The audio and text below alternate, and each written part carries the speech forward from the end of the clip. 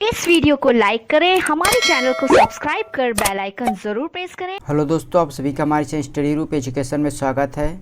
आज के इस वीडियो में हम मुग़ल कालीन प्रमुख शासकों के बारे में पढ़ेंगे। इससे पहले हमने वीडियो में बाबर, हुमायूं और अकबर के बारे में पढ़ा था। इस वीडियो में हम मुग़ल कालीन आगे के जो शासक हैं जहांगीर, शाहजहां और औरंगजेब के बारे में पढ़ेंगे और साथ ही मुग़ल कालीन साहित्य, मुग़ल कालीन स्थापत्य, इन सभी के बारे में जानेंगे। तो चलिए वीडियो स्टार्ट करते हैं। चौथा शासक है जहांगीर, जिसका उपनाम था सलीम और शेखुबाब। सलीम नामकरण शेख सलीम चिश्ती के नाम पर रखा गया है। इनकी आत्मकथा थी तुजुक जहांगीरी, जो कि फ़ारसी भाषा में थी, और इनके दरबारी चित्रकार थे अब्दुल समद और मंसूर खां। इनके पुत्रों में प्रमुख थे खुसरो और खुर्रम। खुर्रम को शाहजहां कहा जाता है, जबकि खुसरो जो है एक प्रकार के विद्वान थे। अगला हम देखते हैं जहांगीर के विजय अभियान। जहांगीर के विजय अभियान में प्रमुख था मेवाड़ अभियान, जो कि खुर्रम के नेतृत्व में हुआ था और जिसमें मेवाड़ के शासक अमर सिंह से समझौता किया गया। अगला है अहमदनगर का अभियान। शासक मलिक अंबर के विरुद्ध यह युद्ध हुआ था और इस अभियान का नेतृत्व के बाद खुर्रम को जहांगीर ने शाहजहां की उपाधि दी। अगला है जहांगीर से जुड़े महत्वपूर्ण तथ्य।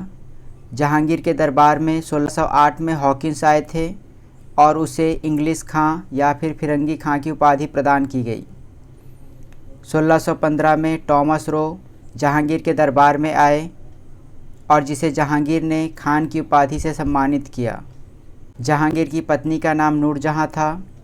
उनका वास्तविक नाम मेहरुन्निसा था। जहांगीर का मकबरा शाहदरा रावी नदी के तट पर स्थित है। जहांगीर के 12 आदेश को दस्तूर उल अमल कहा जाता है और जहांगीर ने स्वर्ण जड़ित न्याय की जंजीर यमुना नदी के तट पर लगवाया। पहला शासक थे शाहजहां, जिनके बचपन का नाम था खुर्रम।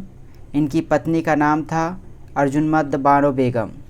शाहजहां के काल को स्थापत्य काल का स्वर्ण काल कहा जाता है। इनके एक शासनकाल में अनेक प्रकार के स्थापत्य कार्य किए गए। उत्तराधिकार के लिए शाहजहां के पुत्रों के द्वारा लड़े गए युद्ध कौन कौन से हैं, चलिए देखते हैं। पहला है धर्मट का युद्ध, जो कि दारा और औरंगजेब के मध्य हुआ था। सामूगढ़ का युद्ध, जो कि औरंगजेब विरुद्ध दारा सिको हुआ था। खजवा का युद्ध, जो कि शुजा और औरंगजेब के मध्य हुआ था। देवराय का युद्ध, जो कि औरंगजेब विरुद्ध दारा सिको हुआ था। अगला हम देखते हैं शाहजहां से जुड़े कुछ महत्वपूर्ण तथ्य। शाहजहां के द्वारा आगरा में मुमताज़ के मकबरा पर ताजमहल बनाया गया। ताजमहल के स्थापत्यकार थे उस्ताद अहमद लाहौरी। उसके वास्तुकार थे उस्ताद इंसा खां। शाहजहां के पुत्र में दारा सिकोह सर्वाधिक विद्वान था। उसने रामायण का फ़ारसी में अनुवाद करवाया और सर-ए-अकबर नाम के उपनिषदों का अनुवाद कराया। शाहजहां ने दिल्ली के निकट शाहजहानाबाद नगर की स्थापना की। कुल ने दारा सिकोह को लघु अकबर कहकर पुकारा। अगला शासक है औरंगजेब, जो कि प्रथम मुस्लिम शासक थे जिन्होंने 2 बार राज्याभिषेक किया। औरंगजेब ने औरंगाबाद शहर बसाया। औरंगजेब के विजय अभियान और नीतियों को देखते हैं। औरंगजेब के काल में मुगल साम्राज्य सर्वाधिक विस्तृत था। दक्षिण विजय अभियान में पहला अभियान था बीजापुर, जो कि आदिल शाह द्वितीय के विरुद्ध लड़ा गया था और यह 1686 में लड़ा गया। अगला है गोलकुंडा के विरुद्ध, जिसके शासक थे अब्दुल हसन, और यह युद्ध 1687 में लड़ा गया था। औरंगजेब से जुड़े कुछ महत्वपूर्ण तथ्य। औरंगजेब ने बेगम के आग्रह पर बीबी का मकबरा बनाया, जिसे द्वितीय ताजमहल कहा जाता है। औरंगजेब एक कट्टर सुन्नी मुसलमान था। उसे जिंदा पीर कहा जाता है। अगला हम देखते हैं मुग़ल कालीन प्रशासन। मुग़ल कालीन प्रशासन में पहला था वकील, जो प्रधानमंत्री होता था। दूसरा है मीर बख्शी, जो कि सेना विभाग का प्रमुख होता था। सद उस सब्र, जो कि धार्मिक मंत्री होते थे। काजी उल कुजात, जो कि मुख्य न्यायाधीश होते थे। दीवान ए वजीर, जो कि वित्त मंत्री होते थे। सूबेदार, प्रांतों या सूबों का प्रमुख। फौजदार, नगर प्रमुख, नगर पुलिस अधिकारी। अगला था कोतवाल, जो कि नगर के धन संबंधी मामलों का प्रमुख था।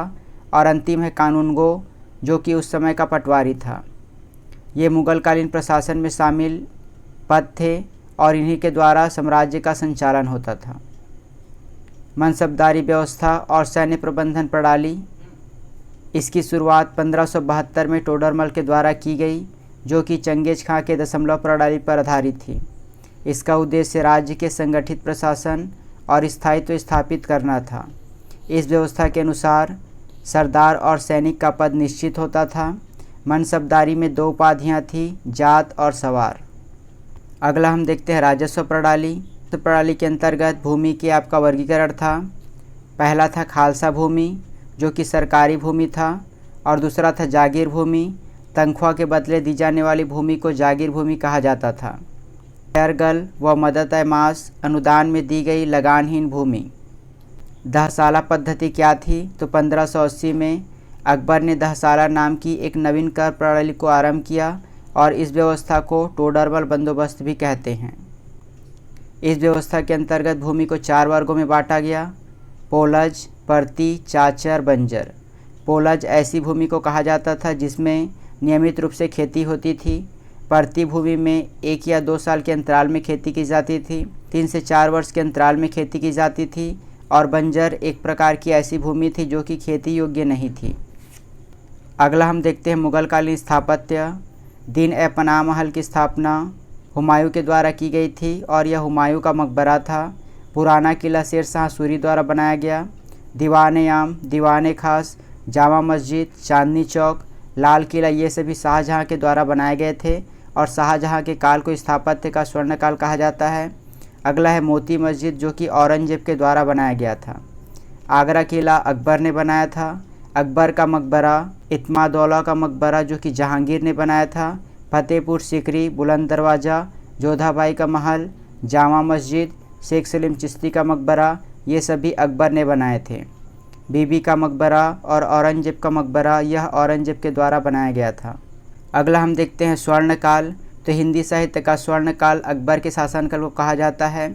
चित्रकला का स्वर्णकाल जहांगीर के शासनकाल को कहा जाता है। स्थापत्य कला का स्वर्णकाल शाहजहाँ के काल को कहा जाता है। इन सभी के काल में हिंदी साहित्य का सर्वाधिक विकास हुआ। चित्रकला का सर्वाधिक विकास जहांगीर के काल में हुआ और स्थापत्य कला का सर्वाधिक विकास शाहजहाँ के काल में हुआ। अगला हम देखते हैं मुगलकालीन प्रमुख रचनाएं। तुजुक बाबरी, जो कि बाबर की आत्मकथा है, यह बाबर के द्वारा रचित है और यह तुर्की भाषा में थी। अब्दुल रहीम खान खाना ने इस रचना का फारसी भाषा में अनुवाद किया। अगला है हुमायूं नामा, जिसकी रचना की थी गुलबदन बेगम ने और इसके पहले खंड में बाबर के बारे में और दूसरे खंड में हुमायूं के बारे में इतिहास मिलता है। अकबरनामा, जिसकी रचना की थी अबुल फजल ने। मुंतखाब उल तवारीख, जिसकी रचना की थी अब्दुल कादिर बदायूनी ने।